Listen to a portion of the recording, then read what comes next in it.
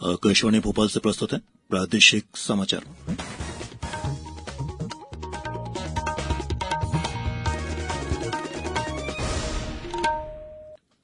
नमस्कार, समाचारों के साथ मैं प्रशांत सेंगर। पहले मुख्य समाचार।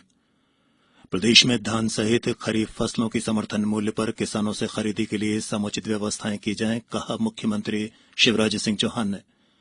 कर्मचारी राज्य बीमा निगम ने बेरोजगार हुए ईएसआईसी सदस्यों को अटल बीमा कल्याण योजना के तहत आवेदन के दिशा निर्देश जारी किए। प्रदेश में कोरोना से पीड़ितों की संख्या बढ़कर 98,000 के करीब पहुंची। वहीं 74,000 से ज्यादा मरीज स्वस्थ हुए। और इंडियन प्रीमियर लीग आईपीएल के मुकाबले कल से संयुक्त अरब अमीरात में होंगे शुरू। और अब समाचार विस्तार से। प्रदेश में खरीफ की उपज की समर्थन मूल्य पर खरीदी के लिए किसानों के पंजीकरण की प्रक्रिया शुरू हो गई है। मुख्यमंत्री शिवराज सिंह चौहान ने खरीफ उपार्जन को लेकर कल अधिकारियों के साथ एक बैठक की। बैठक में मुख्यमंत्री ने अधिकारियों को निर्देश दिए कि खरीफ विपणन वर्ष 2020-21 में धान आदि फसलों की समर्थन मूल्य पर किसानों से खरीदी के लिए उत्कृष्ट व्यवस्थाएं की जाएं। किसानों को अपनी फसलों को समर्थन मूल्य पर बेचने के लिए पर्याप्त समय भी दिया जाए। साथ ही कोविड संकट के चलते खरीदी केंद्रों पर सभी आवश्यक सावधानियां भी सुनिश्चित की जाएं।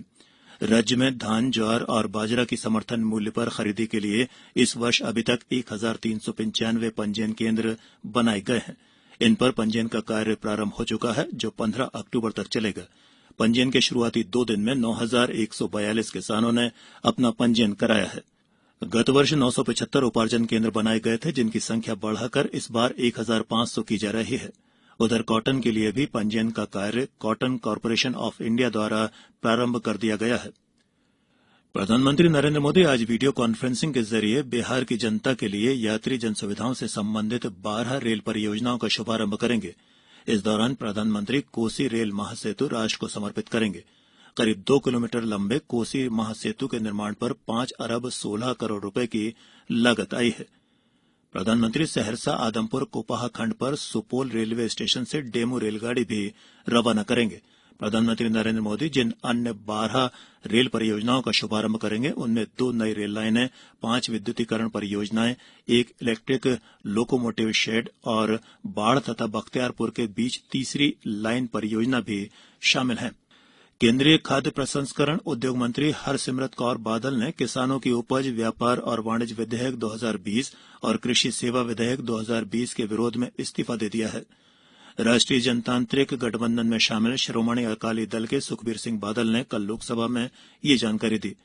हरसिमरत कौर बादल के इस्तीफे के बाद प्रधानमंत्री नरेंद्र मोदी ने सोशल मीडिया के जरिए कहा कि किसानों को भ्रमित करने में बहुत सारी शक्तियां लगी हुई हैं, लेकिन मैं अपने किसान भाइयों और बहनों को आश्वस्त करता हूं कि किसानों की उपज पर न्यूनतम समर्थन मूल्य और सरकारी खरीद की व्यवस्था बनी रहेगी। ये विधेयक वास्तव में किसानों को कई और विकल्प प्रदान कर उन्हें सही मायने में सशक्त करने वाले हैं। इंदौर जिले में भी 17 से 23 सितंबर 2020 तक गरीब कल्याण सप्ताह मनाया जा रहा है। इसी क्रम में आज जिले के 88,700 किसानों को प्रधानमंत्री फसल बीमा योजना के अंतर्गत खरीफ 2019 की बीमा दावा राशि का भुगतान किया जाएगा। जिला स्तरीय कार्यक्रम जल संसाधन मंत्री तुलसीराम सिलावट के मुख्य आतिथ्य में सांवेर में आयोजित किया जाना है। कृषि विभाग के उप संचालक रामेश्वर पटेल ने बताया है कि जिले में किसानों के 150 करोड़ 44 लाख रुपए की बीमा दावा राशि सीधे खातों में जमा की जाएगी। कर्मचारी राज्य बीमा निगम ईएसआईसी ने कोरोना महामारी की वजह से बेरोजगार हुए ईएसआईसी लाभार्थी सदस्यों को विस्तारित अटल बीमा कल्याण योजना के अंतर्गत आवेदन के लिए दिशा निर्देश जारी कर दिए हैं। ईएसआई के मुताबिक ये दावे निगम की वेबसाइट www.esic.in पर किए जा सकते हैं। साथ ही दावों के संबंध में हलफनामा, आधार कार्ड की फोटोकॉपी और बैंक खाता विवरण ईएसआईसी के शाखा कार्यालय पर डाक से अथवा खुद जाकर जमा किए जा सकते हैं। ईएसआईसी ने अटल बीमा कल्याण योजना का 1 जुलाई 2020 से 30 जून 2021 यानी 1 वर्ष के लिए और विस्तार करने का फैसला किया है। ये समाचार आप आकाशवाणी भोपाल से सुन रहे हैं। हमारे समाचारों को अब आप कभी भी और कहीं भी अपनी सुविधा के अनुसार सुन सकते हैं। ये समाचार बुलेटिन यूट्यूब, ट्विटर और फेसबुक पर AIR न्यूज भोपाल पेज पर सुने जा सकते हैं। इसके अलावा आप हमारी वेबसाइट newsonair.com पर या AIR न्यूज ऐप पर भी समाचार सुन सकते हैं। ब्रेक के बाद प्रादेशिक समाचारों में आपका एक बार फिर स्वागत है। प्रदेश में कोरोना वायरस से संक्रमितों की संख्या 98,000 के करीब पहुंच गई है। हालांकि अच्छी बात यह है कि इनमें से 74,300 से ज्यादा स्वस्थ भी हो चुके हैं, जबकि 21,600 से ज्यादा मरीजों का इलाज चल रहा है।